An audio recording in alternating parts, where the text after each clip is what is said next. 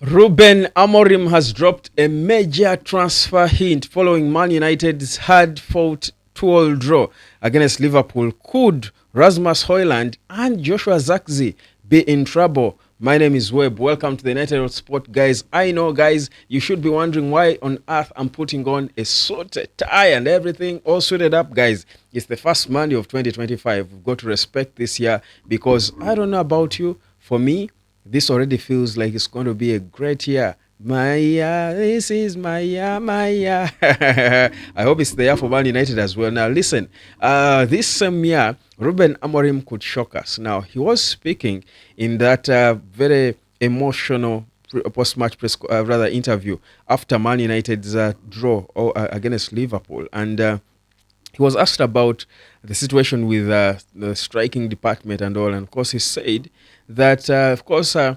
Zirkzee is working hard in training, but the transfer window is open. We wait to see what will happen.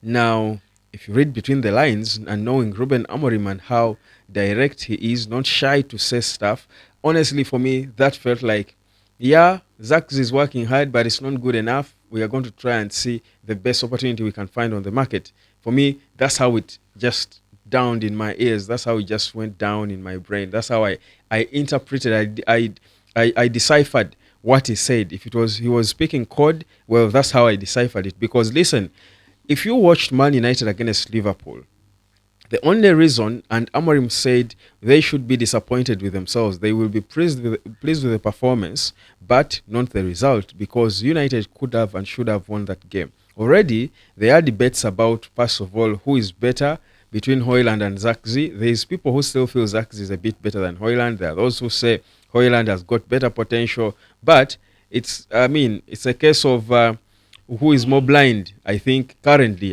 who is more blind. That's it. Honestly, they are all both not good enough to be leading the line for Man United. That's the reality. We should say it. I had debates between former footballers. I think Roy Keane and Daniel Sturridge debating about the Zirkzee pass to Harry Maguire at the end that could have killed the game, and whether the pass was good or Maguire should have just buried that, hit the target, or Zirkzee should have played a better pass. Sturridge saying, and you'd want to listen to Sturridge because he scored lots of goals, but he said, the ball came bouncing. It was, just give me a good pass, set it up for me well. It was difficult to get a good hit on it, especially for a player who is a defender. Those debates were there. But again, bottom line is going back to Zirkzee, is these strikers have not pleased Ruben Amorim, just like they haven't pleased you and me. You and I have not been pleased by the performances we've seen, and we believe we can have better. You watched that game and you clearly saw with a better striker, United perhaps could have done a lot better in that game. Liverpool could have had more pain in that game. But most importantly, Højlund was the weakest link on the pitch. Højlund was the weakest link by far on the pitch. Wrong movements, wrong attitude, wrong everything, missing chances. A defender, Lisandro Martinez, scored a goal that a striker should score. A difficult goal, tight angle. I want to believe that the angle through which Lisandro Martinez scored his goal was tighter than the angle in which Rasmus Højlund missed that 1v1 against Alisson. So for me, I'm not surprised. So now Amorim is hinting that the window is open and we could see what opportunities are there and what we can do. Does that mean talks of loaning out Zirkzee and maybe bringing someone, even selling him and bringing someone in, do hold water? Because if you base on that game, which I think by far is Man United's best performance under Amorim, perhaps in a long time, even when Erik ten Hag was still there, I think it's only fair to think we lack strikers. You saw Højlund lost in the game, and on the bench you're thinking it's only Zirkzee. No one can come in here and try to score them goals. We're talking a £72 million striker and a £36 million striker. That is more than 100 million pounds. But they were not good enough. You didn't feel like these guys could give you a goal in a game where Man United was dominant and creating chances and putting pressure on Liverpool. That is not right. That's not good. So Amorim drops that hint, and Gyökeres, will certainly be the first a player people will think about. And it might not be this January, but Amorim in his words said the window is open. Let's wait and see. But it might not be in January. It could be in January. Man United, for example, could raise a few, a few pounds and be able to pay Sporting Lisbon some cash, and get Gyökeres on loan with an obligation to buy in the summer. That's one way of working it out. So they get him on loan in Jan with an obligation to buy, pay some money, and who knows? Because what Sporting CP wants, and I keep calling it Sporting Lisbon, and I was corrected that it's an offense, which I know, but I mean, if you're a football purist, at times it takes time for you to adjust when names of these clubs change. But yeah, so Sporting CP, the thing is, they are insistent on getting the whole buyout for any team that wants to buy him, especially this Jan, 100 million euros.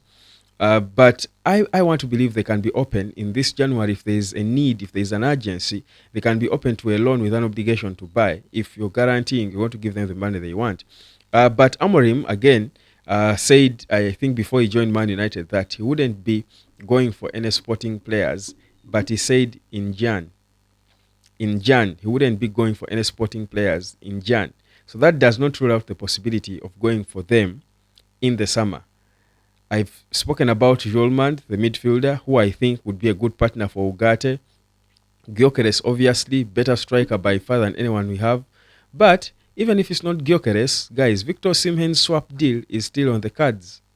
It's still on the cards. So I think if there's two players who have got to be under immense pressure, let Zaxi not be fooled by what he saw, supporters cheering for him and singing his name just to calm him down and stuff. The traveling supporters, I do think the two strikers at Man United are not doing enough. They should be worried for themselves. Goals are coming in from the Amads of this world, the Brunos, the likes of guys who, yes, should be scoring goals, but the strikers are not scoring enough. Hoyland has scored 2 games in what? In 15 games or something, 2 goals in 15. It's not good enough for someone who was bought for 72 million quid. So it's a very tight, I think, situation, but you clearly see the need, and you want to expect now that Amorim has got every reason to try and improve this squad as early as he can, because at least now, after that performance, the potential is seen. It's there. The attitude can be there for this Man United to fight and finish in better places, garner points, and try to finish in a respectable position at the end of the season. Now, of course, it's definitely going to be difficult to take a lot of work than just talking and pointing at players that you want to bring in. But I think that performance against Liverpool, for me, this is what that performance does, and this is what people may not realize. What that performance against Liverpool does is give Man United an opportunity to sign big players. Because if you're a big player out there, clearly it's a dream for any player to play for Man United. No? It is a dream for 99% of footballers to play for clubs like Man United, Real Madrid, name them. Now, before, the worry and concern and fear for any player, any top player, would be how good players have gone to United in recent years and die and. But after seeing such a performance from a team that is a proper work in progress, 2 months with a new manager, they put on such a show against Liverpool at Anfield. If you're a player, you're thinking, you know what? Probably this team is on their way back. This coach is up to something, and I think I can be a part of it. There is hope.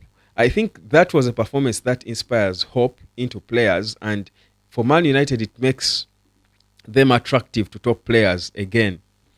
So players who would hitherto only be attracted to United because of its size, because every player wants to play for the club with the biggest supporters, on the biggest stage where the cameras are all at, all cameras will always be at Man United when they're playing.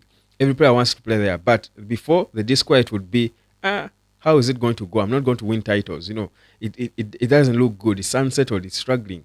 But after such a performance against arguably the best club in Europe, Liverpool, in their own yard, the most hostile place to play football at Anfield, I think players will be going, you know what? I think I want to be a part of this, because there is a good chance that Amorim is going to lead a resurgence of Man United, and which player wouldn't want to be a part of it? Because trust you me, if in 2-3 years Man United is winning a Premier League title, or even finishing second, competing in the Champions League competitively, performing in the Champions League, those players will be legends in every right. So any player would want to be a part of it because at least that game has sold Ruben Amorim as a good guy, as a good lead of a project, but also Ineos and their project is now looking like it's heading somewhere. So I think for me, there is every reason for clubs out there to be worried about what could happen, about what Man United could be cooking, because that game was just the perfect performance needed to turn everything around, the attitudes around the club, for us to believe that new big players will still come in despite the hot competition there is globally over the hottest talent in football. My name is Webb. This is the United Hot Sport. So Hoyland and Zakzi, Pressure, Gyökeres, and Osimhen are still there, lurking around. What could happen? Amorim dropped a hint. Let me know. Who of the two should Man United go for? Subscribe.